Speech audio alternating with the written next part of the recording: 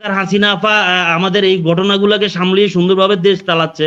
আপনার সরকার কি সামলাচ্ছে? যখন হিন্দু মুসলমান সম্প্রদায়ের সমস্যা হয় তখন তদন্ত বাইরে আসে আওয়ামী লীগ আগুন লাগাইছে।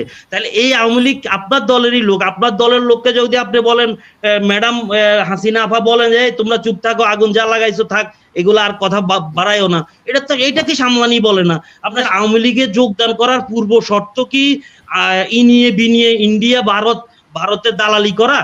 উনি হিট অফিসার হিসেবে কি কাজটা আমাদের দেশে করেছেন এই গত বছর এবং এই বছর?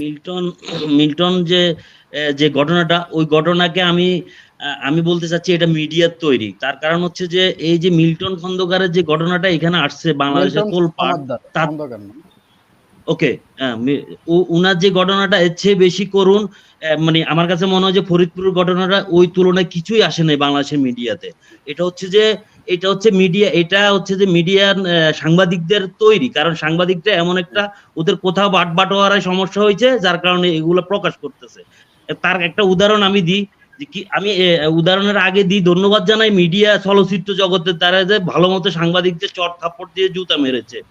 তার কারণ হচ্ছে প্রধানমন্ত্রী যখন সংবাদ সম্মেলনে বসে তখন তারা প্রশ্ন করে, আপা আপনি যদি এই ডাইন সাইডে দাঁড়াইতেন তাহলে ছবিটা সুন্দর আসতো, সেলফিটা ওর সাথে ক্লিনটনের সাথে কি ওদের সাথে আমেরিকার প্রেসিডেন্টের সাথে এইভাবে আসলে ভালো হতো। কিন্তু তাদের প্রশ্ন করা উচিত ওভাবে যে আমাদের তিস্তা চুক্তি নিয়ে কথা বলেন, আমাদের ভোটাধিকার নিয়ে প্রশ্ন করেন, আপনাদের অর্থনীতি নিয়ে প্রশ্ন করেন, এগুলো না করে কোন অ্যাঙ্গেলে দাঁড়াইলে ছবি সুন্দর হয় এই ধরনের কথাবার্তা বলে সাংবাদিক। এইসব সাংবাদিকদের বানানো গল্প থেকে আমরা একটু পিছনে থাকি বাস্তবতায়। ফরিদপুরের দুইজন মারতে গিয়ে আরেকটা লোককে, আন্দোলনকারী আরেকটা লোককে সবটা মেরে ফেলছে, ওটা নিয়ে আমরা কথা বলা আমাদের গায়ে জ্বলে না। আমাদের মুসলমান মরতেছে, মুসলমানদেরকে মারতেছে, সংখ্যালঘু কিছু 5% হিন্দু সম্প্রদায়ের লোকেরা বা আরো কম, এটা নিয়ে কথা বলে। আচ্ছা, এখন আমি বলি ফরহাদ ভাই, মিল্টন ভাই, ফরহাদ চৌধুরী মিল্টন ভাই, আপনি বলছেন যে সমালোচনা কি বলে সামলাচ্ছে, আপনার সরকার সামলাচ্ছে, সরি ফখরুল চৌধুরী মিলন, ওকে সরি, হ্যাঁ ফখরুল চৌধুরী মিল্টন ভাই, আপনি বলতেছেন আপনার সরকার এগুলো সামলিয়ে নিচ্ছে, প্রধানমন্ত্রী সামলাই নিচ্ছে। মিল্টন ভাই না? জি আচ্ছা, বলেন, প্রশ্নটা বলে ফেলেন। আমি সরি, মিলন ভাই না? ওকে মিলন, ঠিক আছে। আপনার সরকার হাসিনা আপা আমাদের এই ঘটনাগুলোকে সামলিয়ে সুন্দরভাবে দেশ চালাচ্ছে। আপনার সরকার কি সামলাচ্ছে? যখন হিন্দু মুসলমান সম্প্রদায়ের সমস্যা হয় তখন তদন্ত বাইরে আসে আওয়ামী লীগ আগুন লাগাইছে।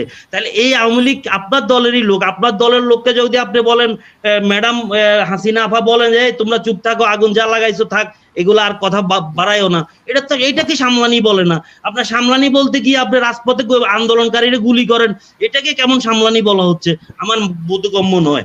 আপনাদের আওয়ামী লীগের দুইজনকে আমি প্রশ্ন করতে চাচ্ছিলাম যে আপনাদের আওয়ামী লীগে যোগদান করার পূর্ব শর্ত কি ইনিয়ে বিনিয়ে ইন্ডিয়া ভারতের দালালি করা?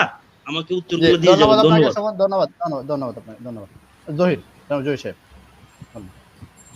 আসসালামু আলাইকুম আমার সম্মানিত অতিথিবৃন্দ এবং মনির ভাই, আপনাকেও আমার পক্ষ থেকে ধন্যবাদ সুযোগ দেওয়ার জন্য। আপনার এখানে আমি প্রথম ভাই, আপনার যেহেতু আজকের টপিকটা আছে হিট অফিসারের সফলতা ব্যর্থতা, মিল্টন সমাদদারের খবরটা আমরা দেখেছি ফেসবুকে আজকে 2-3 দিন ধরে ভাইরাল অবস্থায় আছে। এখন আমাদের একজন আপা সোনিয়া আক্তার সিপি, উনি মিল্টন সমাদদারের হয়তো অনেকটা প্রত্যক্ষ পরোক্ষভাবে পক্ষই নিয়েছেন। আমিও পক্ষ বা বিপক্ষ নিচ্ছি না, আসলে যদি ঘটনাটা সত্য হয়ে থাকে তাহলে এটা অবশ্যই একটা নিন্দনীয় এবং ঘৃণাজনক কাজ। কারণ এই আমাদের দেশে অনেকগুলো এরকম প্রতিষ্ঠান গড়ে উঠছে যে বৃদ্ধাশ্রমে যারা গরিব মানুষ, আসলে বৃদ্ধাশ্রমটা হচ্ছিল গরিব মানুষের মা বাবাকে দেখার জন্য, কিন্তু এখানে দেখা যাচ্ছে যাদের ছেলে মেয়ে ডাক্তার, ইঞ্জিনিয়ার এবং বড় বড় অফিসার, তাদের বাবা মারাই কিন্তু বৃদ্ধাশ্রমে যাচ্ছে। হ্যাঁ, এখানে এই জন্য আসলে বৃদ্ধাশ্রমটা করাটা একটা, আমি মনে করি যেটা বড় লোকদের জন্য একটা সুবিধা হয়ে গেছে। যাই হোক, আমাদের ফখরুল ইসলাম চৌধুরী মিলন ভাই, নজিবুল বাসার আকবর ভাই, ওনারা এখন বর্তমানে ক্ষমতাসীন দলের নেতা। ওনাদের সরকার যে কি করছেন, যেমন আমাদের আজকে আমরা গরমে অতিষ্ঠ বেশ কিছুদিন ধরে, এই গরমে হিট অফিসার একজন নিয়োগ দেওয়া হয়েছিল গত বছর ভাই। গত বছর যে উনি নিয়োগ পাওয়ার পরে ওনার বেতন সম্ভবত 2 লাখ টাকার নিচে না। উনি হিট অফিসার হিসেবে কি কাজটা আমাদের দেশে করেছেন এই গত বছর এবং এই বছর? উনি 2-3 দিন আগে একটা সাক্ষাৎকার দিয়েছেন, যে বলছেন হিট অফিসার হিসেবে ওনার পরামর্শটা ছিল একটা ছাতা, ঘর থেকে একটা ছাতা নিয়ে বের হবেন, সাথে একটা ছোট ফ্যান নিয়ে বের হবেন, এক বোতল পানি সাথে নিয়ে বের হবেন। মনির ভাই, আমি আপনার মাধ্যমে অতিথিদের কাছে আমি একটু জানতে চাই যে এই যে উনি যে পরামর্শটা দিলেন এই 2 লাখ টাকার বিনিময়ে, আমি কি এই পরামর্শের জন্য ওনাকে 2 লাখ টাকার বিনিময়ে বেতন দেওয়া হচ্ছে? হ্যাঁ, উনি এটা তো আমাদের দেশের গ্রাম্য অঞ্চলে সবাই জানে, বৃষ্টি হলে ছাতা নিয়ে নামবেন। আমরা গরমও ছাতা নিয়ে নামতাম। আমরা যখন ছোট ছিলাম তখন আমরা দেখতাম যে প্রচন্ড গরম হলে ছাতা নিয়ে আমরা বের হতাম, আমার বাবারা আমাদের চাচারা দাদারা বের হতেন।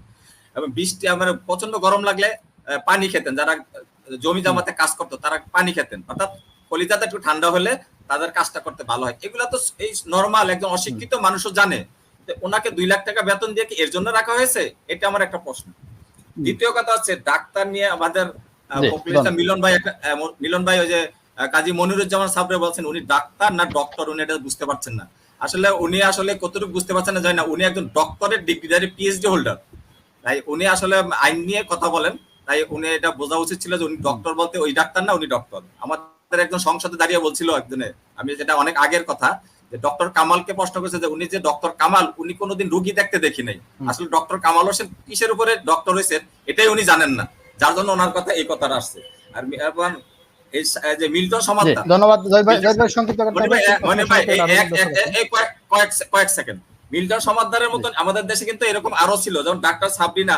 আপনি জানেন যে শাহেদ নামে একজন ব্যক্তি ছিল, যিনি প্রধানমন্ত্রী এবং আমাদের রাষ্ট্রপতির সাথে এবং বড় বড় মন্ত্রীদের সাথে ছবি তুলে আপনি 2020 সালে করোনায় এমন ব্যবসা করছেন।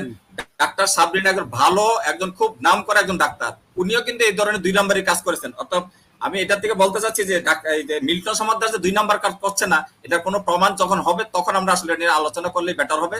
আমার মনে হয় উনি এটা জড়িত কিনা অজড়িত সেটা প্রশাসন বের করতে পারবেন। জি, ধন্যবাদ আপনাকে। আব্দুল হাকিম, আনমিউট করে প্রশ্ন। আব্দুল হাকিম। সম্মানিত সঞ্চালক এবং বিজ্ঞ আলোচকবৃন্দ, আসসালামু আলাইকুম। মনির ভাই, আমি একটা গল্প শোনাতে চাই। আমি গল্পটা শুনেছি, মোষ চুরি করতে নাকি 3 জন লোক লাগে। একজন মোষ চুরি করে একদিকে নিয়ে যায়, আর একটা ঘন্টা থাকে, ঘন্টা নিয়ে আরেক চোর অন্যদিকে চলে যায়, ওই ঘন্টা বাজাতে বাজাতে যায়। আর আরেকজন ও সাধু সেজে ওই গ্রামের মধ্যে ওই মানুষ যারা চোর চোর বলে যে ঘন্টা মোষ নিয়ে যাচ্ছে, ওদের সঙ্গে মিশে যায়। মিশে ওদের সঙ্গে গিয়ে ওই চোর চোর বলে। এক সময় ঘন্টা বাজাতে বাজাতে যে যাচ্ছিল, ওইদিকে মানুষ যাচ্ছে, ওইখানে ঘন্টা ফেলে দিয়ে চলে গেছে। তাহলে চোর তো আর পাওয়া গেল না, এখন ঘন্টা পাওয়া গেছে। এখন যে সাধু লোকটা ছিল, ওই ঘন্টা বাজানো যখন পেয়েছে তখন ও কেটে পড়ছে, তখন ওকে আর পাওয়া যাচ্ছে না। আমাদের দেশের সাংবাদিকরা হচ্ছে চোর ধারণেওয়ালা, এরা যেদিকে ঘন্টা বাজে সেই দিকে গড়তে থাকে। এরা হচ্ছে ঘন্টা বাজানো শুরু করে দেয়, চুরি করে ঘন্টা বাজানো শুরু করে দেয়। এর ফাঁকে খলনায়করা, দেশের দুষ্কৃতিকারীরা এমন কিছু অপকর্ম করে আর এমন কিছু অপকর্ম ঘটায় যেটা দেখলেও মানুষের বুকটা কেঁপে ওঠে।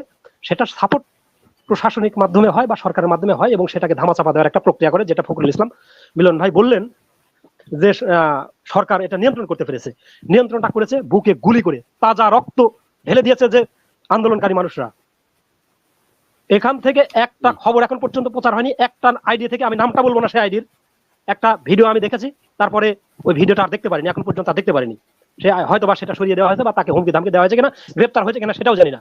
তো এই হচ্ছে আমাদের দেশের মিডিয়া, এই হচ্ছে আমাদের দেশের বুদ্ধিজীবীরা, এই হচ্ছে আমাদের দেশের প্রশাসন, এই হচ্ছে আমাদের দেশের সরকার।